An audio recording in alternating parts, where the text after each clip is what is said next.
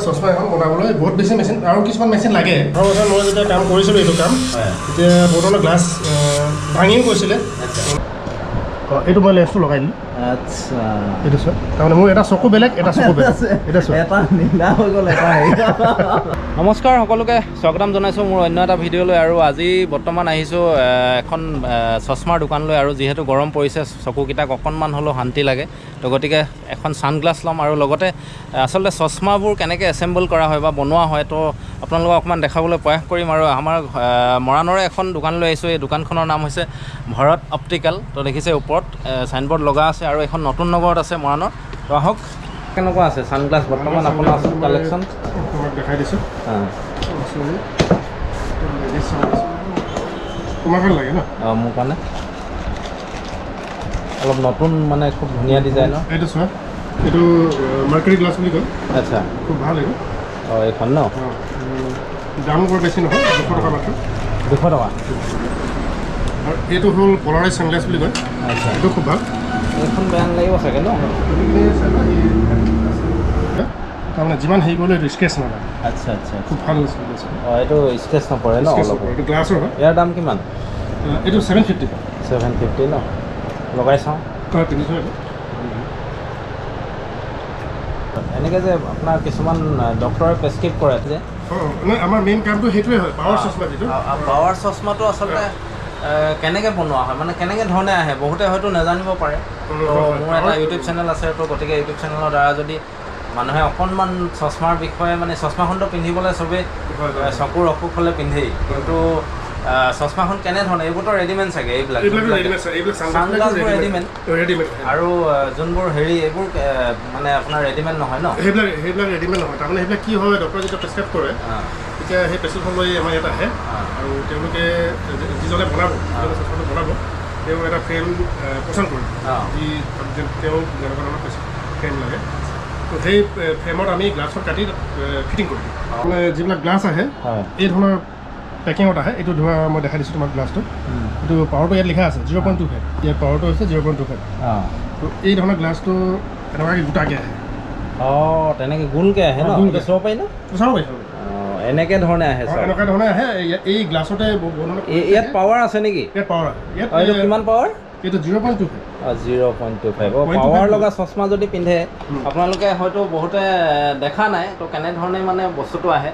গ্লাছখন এনেধৰণে আহে, গোলকৈ আহে। আৰু এই ধৰণে গ্লাছ, এই পাৱাৰ ৱাইজ গ্লাছবিলাকৰ ডিজাইনটো বদলি হৈ যায়।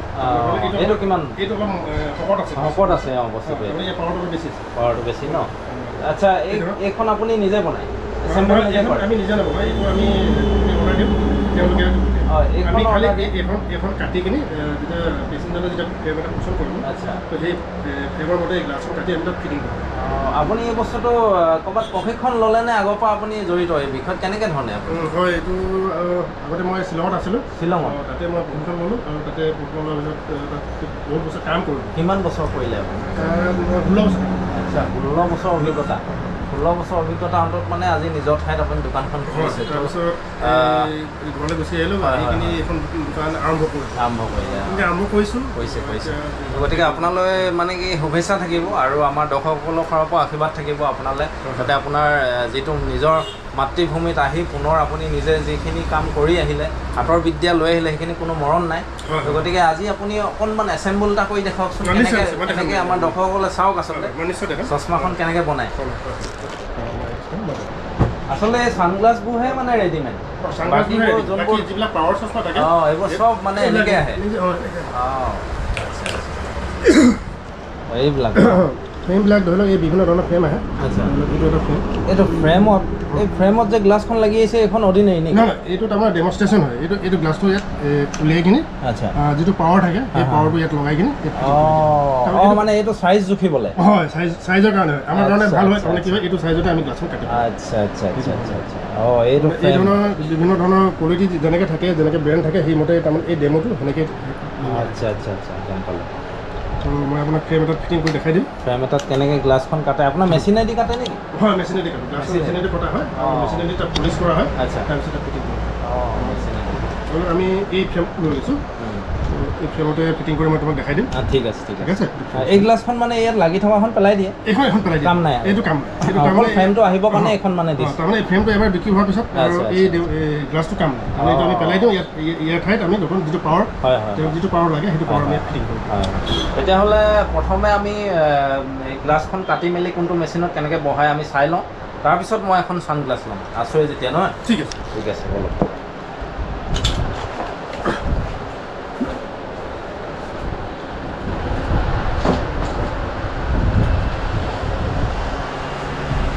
এইটো হয় গ্লাছটো। এতিয়া গ্লাছটো আপুনি এইটো ফ্ৰেমতে দিব আছে? হয়, এইটো ফ্ৰেমতে এনেকুৱা লিখা থাকে 0.25। এইটো এনেকৈ খোলা হয়। আচ্ছা, তাৰ এইটো জোখতে গ্লাছখন প্ৰথমতে মাৰ্ক কৰা হয়। এই ধৰণৰ এটা পেঞ্চিল আহে, এইটো আমি ডায়মণ্ড পেঞ্চিল বুলি কওঁ। আমাৰ যিটো কিন্তু একচুৱেলি এইটো ডায়মণ্ড নহয়, ডায়মণ্ডৰ দৰে এইটো বস্তু হাৰ্ড। হয়, এইটো আমি মাৰ্ক কৰি লৈছোঁ এনেকৈ।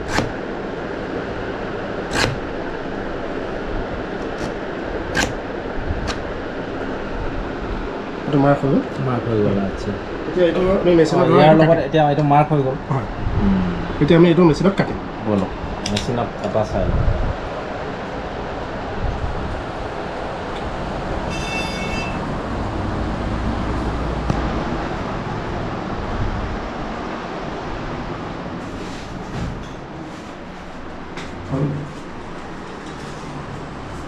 এতিয়া আপুনি কোনটো মেচিনত দিব? হয়, এইটো আচলতে চশমা এখন বনাবলৈ বহুত বেছি মেচিন আৰু কিছুমান মেচিন লাগে। এইটো তাৰমানে আজিকালিতো বহুত ডাঙৰ মেচিনো হৈছে চাগে, কিন্তু বহুত দিনৰ পৰা এইটো প্ৰচেছ এটা চলি আছে। তাৰমানে এইটো মেনুৱেল মেচিন বুলি কয়, হাতেদি কটা হয় আৰু হাতেদি সেইখিনি কৰা হয়। তাৰমানে এইটো এটা মেচিন, এইটো চিয়াৰ কাটাৰ বুলি কয়। ত' ইয়াত লেন্সখন কটা হয় আৰু ইয়াত পলিচিং কৰা হয়। এইটো মেচিনত এইটো পলিচিং কৰা হয়। মই দেখাই দিছোঁ। এইখন গ্লাছখন ইয়াত কাটে।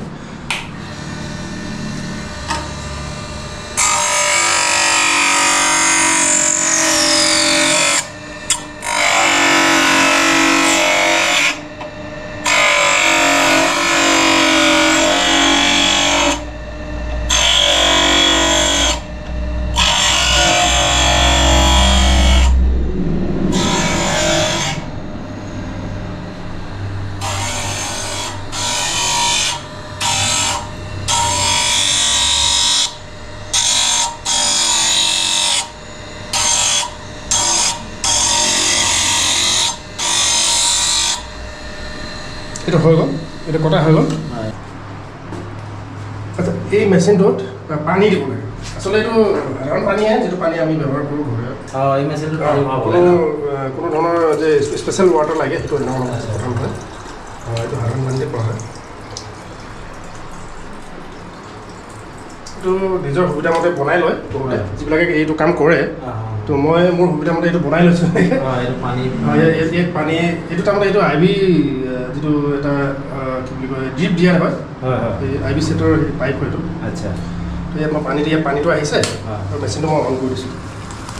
এই পানী ধৰা কটা আৰু এই ফ্ৰেমটো যিটো পানী আহি আছে, হয় হয় পানী আহি আছে।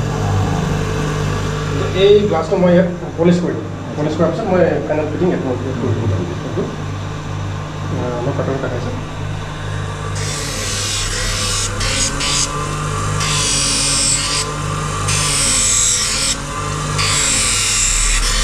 আচলতে আপুনি ইমান বছৰ এটা অভিজ্ঞতা গোটাই আনিছে, আপোনাৰ কাৰণে চাগে দেখিবলৈ খুব ইজি লাগিছে, কিন্তু ইমান ইজিও নহয় কাম।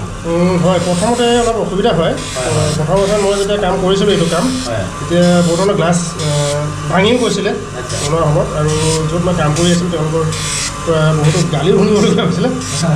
তো আজিকালি বাৰু তেনেকুৱা নহয়, কিন্তু তথাপিও কেতিয়াবা হয়। আপুনি তেতিয়া ভাবিছিলে যে মই নিজৰ জেগাত এখন পিছলৈ দোকান কৰিম? হয় হয়, মই ভাবিছিলোঁ, বহুত আগতে ভাবিছিলোঁ, কিন্তু তেনেকৈ সুবিধা হোৱা নাছিলে। এতিয়া কৰিলোঁ, এতিয়া লাহে লাহে চলাই আছোঁ। ঠিকে আছে, কি হয় আগলৈ কি হয় আৰু। নাই নাই, ভাল হ'ব।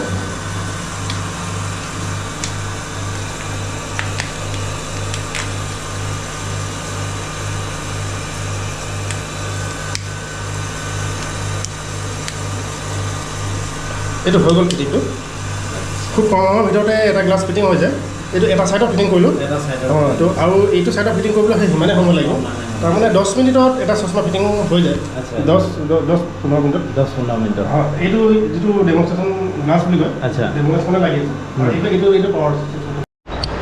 আচ্ছা চশমা লৈ ল'লোঁ মই যিহেতু চকুকেইটাক অকণমান হ'লেও আৰাম দিব পাৰি আৰু অকল চশমাযোৰ আচলতে চকুৰ বেমাৰ হ'লে বা চকু বেয়া হ'লেই চশমা নহয় চশমা যিকোনো ক্ষেত্ৰত লাগে ৰাতি লাগে দিনত লাগে ধূলিৰ কাৰণে লাগে বা এনেও ছেফটিৰ কাৰণে লাগে চশমাযোৰ আৰু খুব মানে কি হয় ৰ'দটো পাতল পাতল যেন লাগে মই এতিয়া নিজে চাই আছোঁ মানে ৰ'দটো পাতল পাতল যেন এইপিনে পূৰা হেভি ৰ'দ দি আছে আৰু এইপিনে মই দেখিছোঁ মানে খুব একদম মানে ডাৱৰীয়া টাইপ লাগিছে তো সেনেকুৱা ধৰণৰ চকুকেইটাই আৰাম পায় আচলতে আৰু ঘৰতে এটা কথা নহয় এই লেন্সখন কেনেকৈ মানে এই যে চকুত যে লগাই যে মানুহৰ লেন্স এখন হ'ল কণ্টেক্ট লেন্স। আচ্ছা কণ্টেক্ট লেন্স এইটো তাৰমানে পাৱাৰত আৰু পাৱাৰ নথকাটো আহে আৰু কালাৰ লেন্সতো আহে তাৰমানে বিভিন্ন কালাৰত আহে।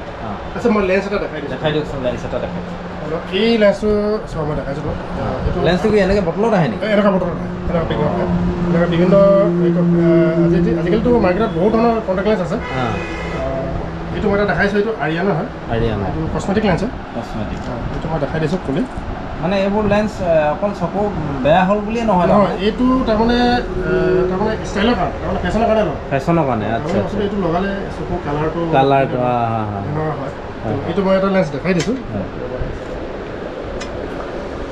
ভিতৰত আছে লেন্সটো ইয়াত আছে ন এইটো তাৰমানে এটা চলিউশ্যন থাকে সেই চলিউশ্যনৰ মাজত এই ডুবি থাকে লেন্সটো আচ্ছা এইটো লেন্সটো ন একদম পাতল যে একদম পাতল এইটো কেনে লগাই অকণমান আপুনি এইটো লগাব পাৰিব নেকি লগাই দেখাওকচোন এবাৰ এইটো মই লগাই দেখাই দিছোঁ মানে এনেকৈ লেন্সটো এই ধৰণৰ আহে এইটো লেন্সটো এইটো ন এইটো পিন্ধিবলৈ তাৰমানে যিবিলাকে ইউজ নকৰে বা ব্যৱহাৰ নকৰে তেওঁলোকৰ কাৰণে প্ৰথমতে অলপ দিগদাৰ হয় কিন্তু এবাৰ দুবাৰ তাৰমানে হেৰি কৰাৰ পিছত হেৰি হৈ যায় যিবিলাকে লয় তেওঁলোকে আমি শিকাইও দিওঁ আমি ট্ৰেইনিংটো দি দিওঁ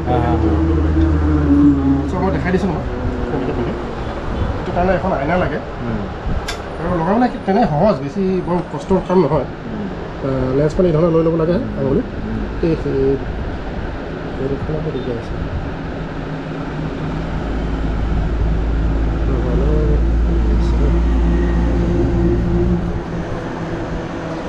এই চকুৰটো তাৰমানে এই ধৰণৰ তলৰ লিডটো অলপ তললৈ হেৰি কৰি সেইটো বস্তু মই লগাই দিছোঁ অকণমান দিগদাৰ হয় কেতিয়াবা এই ফেনটো চলি থকাৰ কাৰণে দিগদাৰ হৈছে